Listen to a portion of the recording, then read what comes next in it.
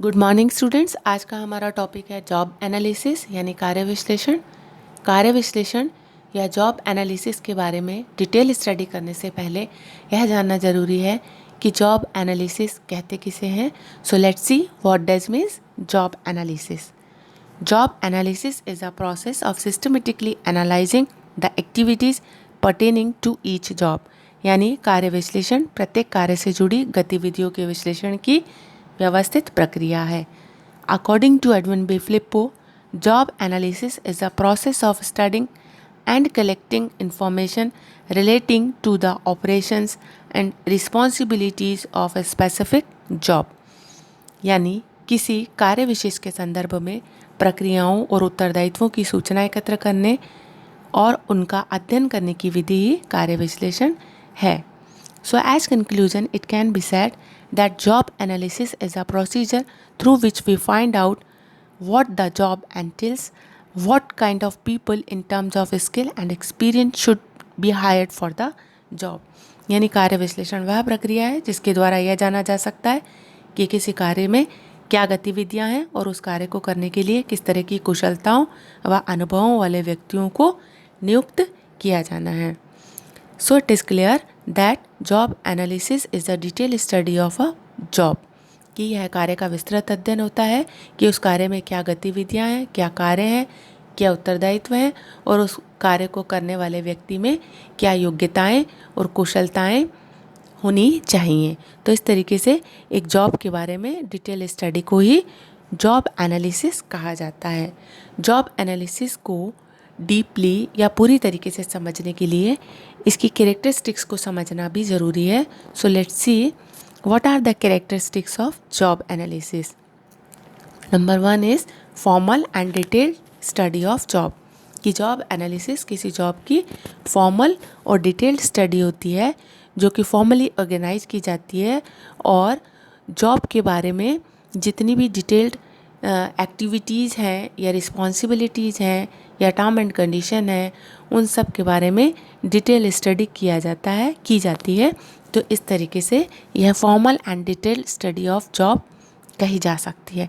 And the next is part of overall work planning, that job analysis is part of overall work planning, कि यह संपूर्ण कार्य योजना का हिस्सा होता है कि किसी ऑर्गेनाइजेशन में जो संपूर्ण कार्य हैं जिनको कि वर्क डिज़ाइन भी कहा जाता है उसके बारे में डिटेल स्टडी को ही जॉब एनालिसिस कहते हैं। सो it can be said that job analysis is a part of overall work planning called work design. And the third one, it is word picture. It is a word picture and writing of the organizational relationships, responsibilities and specific duties that constitute is given job or position. यानी किसी कार्य विशेष में या किसी पद विशेष पर क्या responsibilities हैं और क्या स्पेसिफिक ड्यूटीज़ हैं, इसकी डिटेल स्टडी ही जॉब एनालिसिस कहलाती है और इसी के संपूर्ण लिखित वर्णन को ही जॉब एनालिसिस कहा जाता है। So it can be said that it is a word picture of the organizational relationships, responsibilities and specific duties that constitute a given or position. And the next is basis of evaluation of employees. That job analysis is the basis of evaluation of employees, क्योंकि यह कार्य की विशेषताओं को बताता है, उसमें क्या रिस्पॉन्सिबिलिटीज़ हैं, ड्यूटीज़ है, यह बताता है। साथ ही साथ यह भी बताता है कि उस कार्य को करने वाले व्यक्ति में क्या गुण और योग्यताएं होनी चाहिए। तो यह एक आधार प्रदान करता है जिसके आधार पर कर्मचारी का मूल्यांकन किया जा सकता है। Job analysis like organizational planning is a method of establishing a base against which the actual behavior of a firm employee may be evaluated. तो इस तरीके से यह basis of evaluation of employees भी होता है।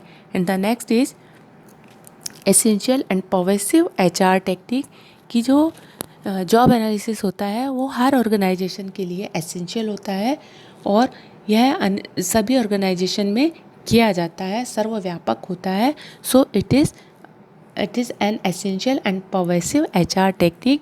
इसके बिना ह्यूमन रिसोर्स मैनेजमेंट इफ़ेक्टिवली नहीं किया जा सकता है, क्योंकि यह काम को वेल डिफाइन करता है और इसको वेल डिफाइन करने से सभी कर्मचारियों को उनके कार्यों की रूपरेखा का एक स्पष्ट चित्र प्राप्त होता है, जिससे कि वो उसे एग्जैक्टली कर सकते हैं, समझ सकते हैं।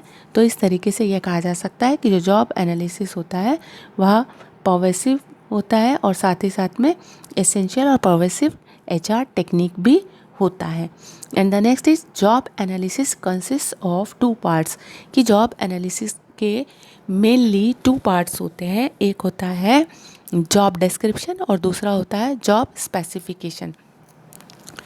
तो जॉब डिस्क्रिप्शन जो होता है वो ये बताता है कि एक कार्य में क्या क्या रिस्पॉन्सिबिलिटीज़ हैं और क्या क्या एक्टिविटीज़ इंक्लूडेड हैं। So job description the statement of work to be done, जो कार्य किया जाना है उसके विवरण को जॉब डिस्क्रिप्शन के नाम से जाना जाता है।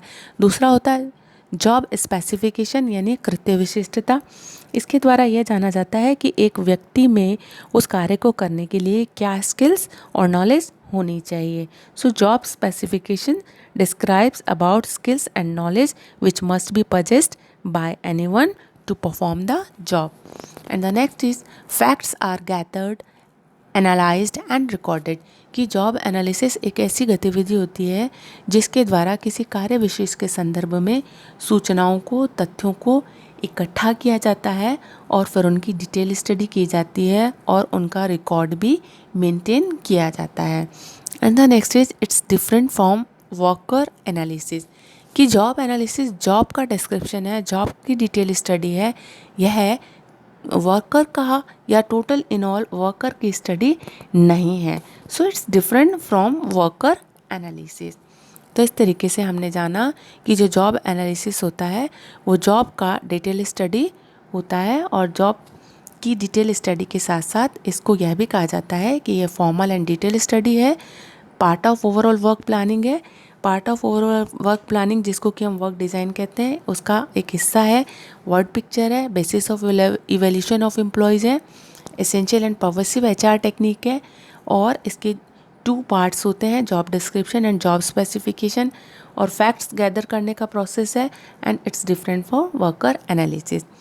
कैरेक्टरिस्टिक्स जानने के बाद अब हम मूव करते हैं इसके ऑब्जेक्टिव्स की तरफ कि जॉब एनालिसिस क्यों किया जाता है या इसके क्या उद्देश्य होते हैं। So number 1 is to compile a detailed description of task, कि इसका यह उद्देश्य होता है कि जिससे कि एक कार्य के बारे में विस्तृत जानकारी को इकट्ठा किया जा सके, प्राप्त किया जा सके।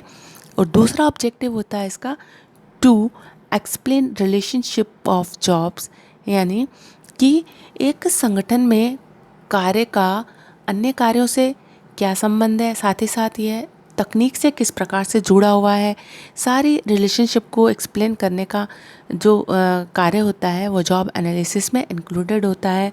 सो it can be said to determine the relationship of the job to technology and to other job is the purpose of job analysis. And the third one is to examine the various aspect of job, कि job analysis का यह उद्देश्य होता है कि कार्य से जुड़े विभिन्न आयामों को स्पष्ट किया जा सके, यानी कि जैसे कि उस कार्य को करने के लिए क्या योग्यताएं चाहिए या फिर क्या वर्क स्टैंडर्ड्स हैं या फिर क्या अकाउंटेबिलिटीज़ होंगी उस कार्य को करने से। तो टोटल इन ऑल सारे एस्पेक्ट्स का एक्सप्लेनेशन जॉब एनालिसिस के थ्रू मिलता है। So it can be said to examine the knowledge, qualification और employment standards, accountabilities and other incumbent requirements को एक्सप्लेन करने का ऑब्जेक्टिव जॉब एनालिसिस का होता है। जॉब एनालिसिस का एक ऑब्जेक्टिव ये होता है कि टू सिंप्लीफाई द जॉब, कि जॉब का सिंप्लीफिकेशन करना, क्लियरली एक्सप्लेन करना कि यह जॉब क्या है और उसको किस तरीके से परफॉर्म किया जाना चाहिए। So to simplify the process and methods involved in job, कि एक कार्य में क्या क्या प्रोसेस और तरीके हैं उसको स्पष्ट करना जॉब एनालिसिस का काम होता है या इसका उद्देश्य होता है कि यह कार्य को स्पष्ट कर सके।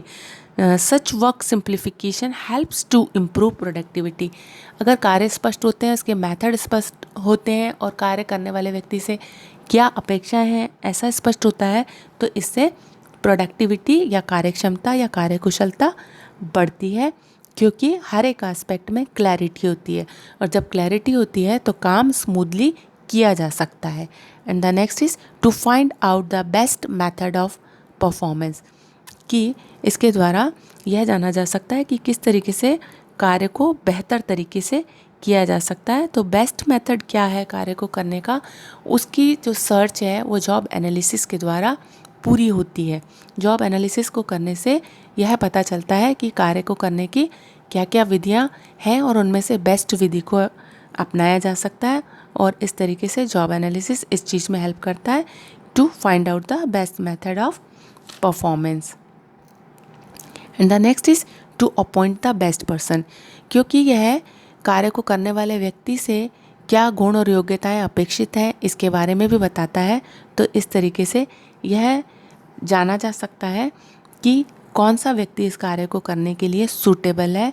इसका उद्देश्य भी यही होता है कि जिससे कि सही व्यक्तियों को सही कार्यों पर लगाया जा सके। So the another objective of job analysis is to appoint the best person. And the next is to prepare the basis of work evaluation, कि इसके द्वारा कर्मचारियों के मूल्यांकन के लिए आधार निर्धारित किए जा सकते हैं कि वह कौन से आधार होंगे जिनके आधार पर कर्मचारियों का मूल्यांकन किया जा सकेगा। तो इस तरीके से यह वह सूचनाएं प्रदान करता है जिसके द्वारा कर्मचारियों के कार्यों का मूल्यांकन किया जा सकता है। And the next objective is to take precautions, यानी कि सावधानियां बरतना कार्य विश्लेषण का उद्देश्य होता है। सावधानी बरतना इस बारे में कि जो है एक्सीडेंट्स ना हो और किसी तरीके की इनसिक्योरिटी ना हो। जब एक जॉब वेल डिफाइन होता है, उसका वर्क इन्वायरमेंट, वर्किंग कंडीशंस और क्वालिफिकेशंस, एक्सपेक्टेशंस, ये सारी चीज़ें जब वेल डिफाइंड होती हैं तो ऐसा हो जाने से उस कार्य में दुर्घटनाओं की संभावनाएं मिनिमाइज हो जाती हैं और किसी तरीके की जो है इनसिक्योरिटी भी नहीं रहती है। And the next is to collect fact in reference of training, कि कार्य विश्लेषण का एक उद्देश्य यह होता है कि यह जाना जा सके कि वह कौन से वर्क फील्ड्स हैं या कार्य के दायरे हैं जिनके बारे में कर्मचारियों को प्रशिक्षण दिया जाना चाहिए। जॉब एनालिसिस करके जॉब के उन क्षेत्रों को जाना जा सकता है जिनमें कि कर्मचारियों के लिए प्रशिक्षण की आवश्यकता होती है। So to collect facts in reference of training is another objective of job analysis. And the next is to establish standard, कि प्रमापों की स्थापना करना। अब यह प्रमाप कार्य के संबंध में भी होते हैं और टाइम के संबंध में भी होते हैं। So to establish job and the time standards is the objective of job analysis. So it is clear that job analysis is an important function of human resource management. The purpose of job analysis is to provide the answers to the various questions like how does the worker go about doing the job, why is the job being done. तो इस तरीके से यह कई सारे प्रश्नों के उत्तर देता है कि एक कार्य में क्या विशेषताएं हैं, एक कार्य में क्या एक्टिविटीज़ हैं, क्या रिस्पॉन्सिबिलिटीज़ है, क्या अकाउंटेबिलिटीज़ है, किस तरीके का वर्किंग एनवायरनमेंट रिक्वायर्ड है और एम्प्लॉयज़ में क्या क्वालिफिकेशंस एंड स्किल्स रिक्वायर्ड है। इन सारे क्वेश्चंस के आंसर जॉब एनालिसिस के थ्रू दिए जाते हैं. So job analysis is important function of human resource management. That's all for today. तो आज की क्लास में हमने पढ़ा कि जॉब एनालिसिस किसे कहते हैं, इसकी क्या कैरेक्टरिस्टिक्स होती हैं और इसके क्या ऑब्जेक्टिव्स होते हैं. फर्दर क्लास में हम इसके नीड एंड इम्पोर्टेंस की बात करेंगे एंड ग्रेजुअली इसके अदर एस्पेक्ट्स को भी हम कवर करेंगे. Till then take care. Thank you.